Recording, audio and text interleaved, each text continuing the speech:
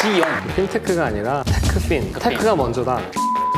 하고 있는 기업이 대장주가 아닐까. 애플이 골드만삭스랑 파트너십 맺고 마스터카드, 페이스북 같은 아마존이 그래서 박 터집니다. 니들은 적당히 해. 왜 다 해먹으려고 그래?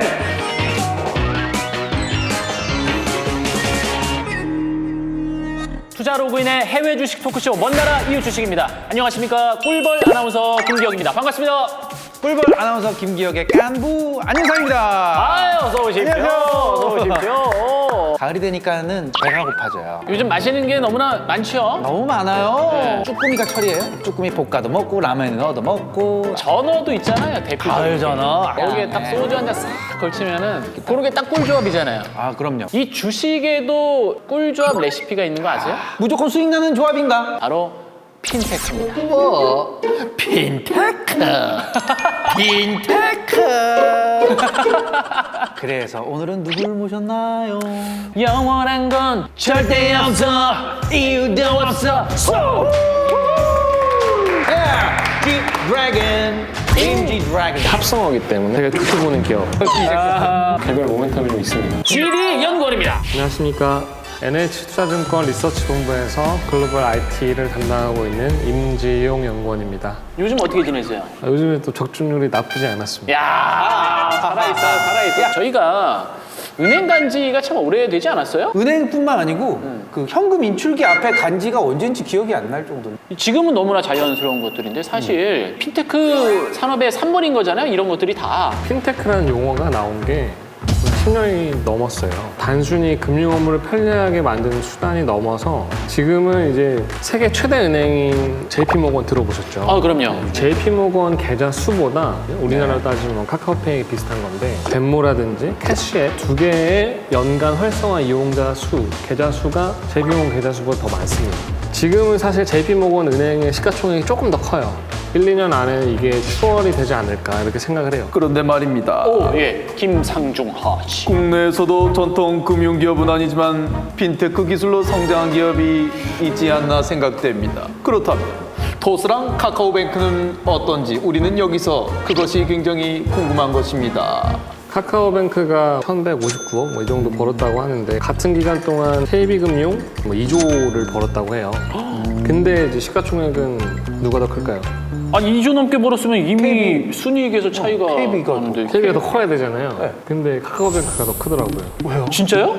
금융이 주도하는 게 아니라 기술 업체들이 주도하는 시대가 왔다. 그래서 제가 이제 최근에 쓴 보고서의 제목을 핀테크가 아니라 테크핀.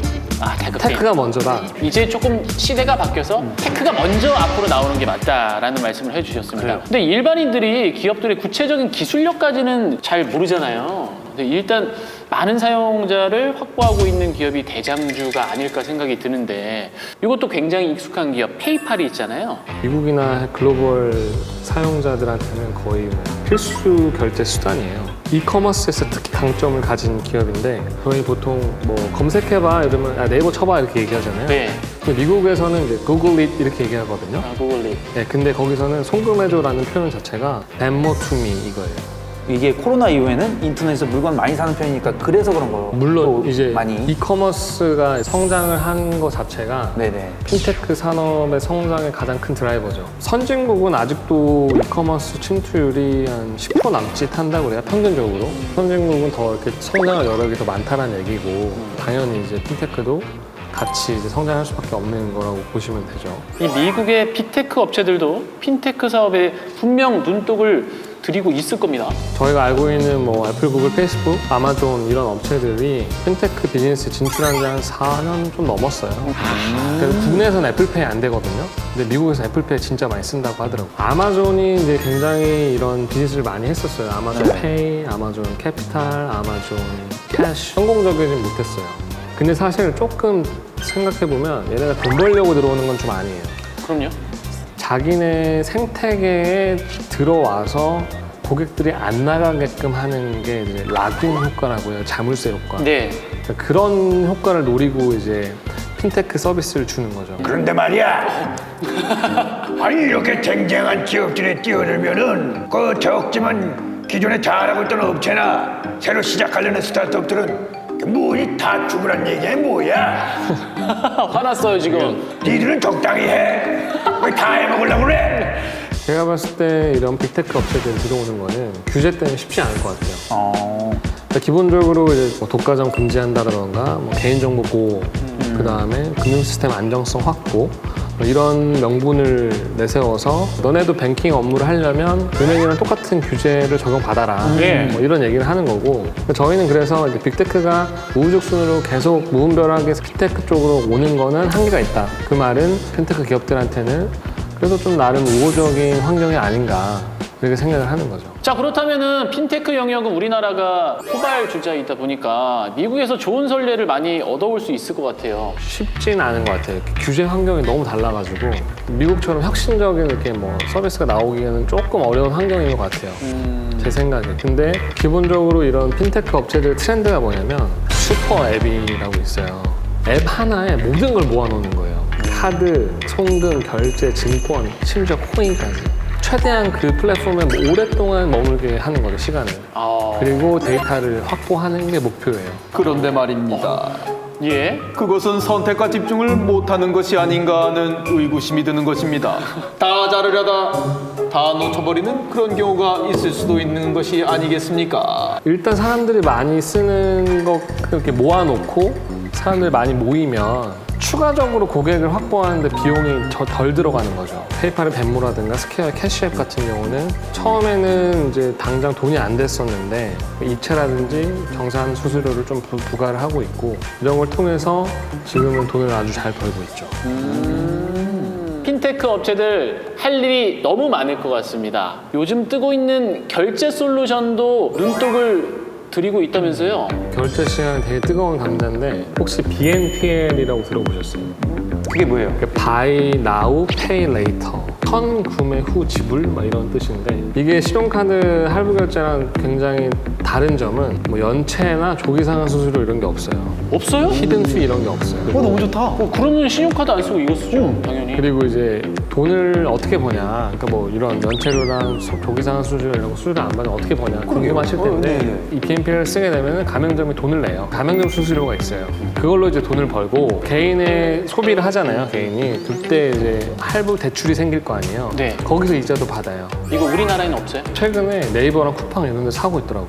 BNPL이라는 그 단어로 버튼이 되어 있어요. 있어요. 네, 단어로 돼 있더라고요. BNPL을. 이 서비스도 빅테크 업체들이 다 달려들고 있겠죠, 그죠? 애플이 골드만삭스랑 파트너십 맺고 요 시장에 진출했고 마스터카드도 시장에 진출한다고 최근 했었어요. 스웨덴에 예. 클라나라는 회사가 있는데 내년 초 정도 상장 예정인 걸로 알고 있고 그다음에 호주에 애프터페이가 있어요. 이 업체는 호주에 상장되어 있는데 스퀘어가 290억 달러를 주고 샀어요. 핀테크 대장주 페이팔도 이 서비스를 이제 시작을 했어요. 그래서 박 터집니다. 지금 상황을 보니까 춘추 전국시대예요. 연구원님의 탑픽. 결국엔 페이팔인가요? 저는 기본적으로 대형주 중에서는 이제 페이팔하고 스퀘어를 페이팔 같은 경우는 안정적이라고 말할 수가 있죠. 뭐 차트를 보시면 아시겠지만 정말 꾸준히 약간 시장보다는 좀 더 아웃퍼폼하는 정도의 이런 수익률을 좀 보여주고 있고 근데 스퀘어 같은 경우가 조금 더 좀 변동성이 있긴 한데 원래 어떻게 시작이었냐면 소상공인한테 결제 솔루션을 제공하면서 커 나간 회사예요. 캐시 앱에서 또 돈을 굉장히 잘 벌고 있어가지고 주가도 많이 상승을 했고 최근에 그 애프터페이 회사를 인수했다고 했잖아요. 네. 이게 굉장히 시너지가 많이 날 것 같아요. 그러면 업스타트 홀딩스 같은 거 하나만 좀 픽해 주세요. 제가 지금 말씀드릴게요. 네. 집중해 주세요. 집중하세요. 집중! 자, 집중!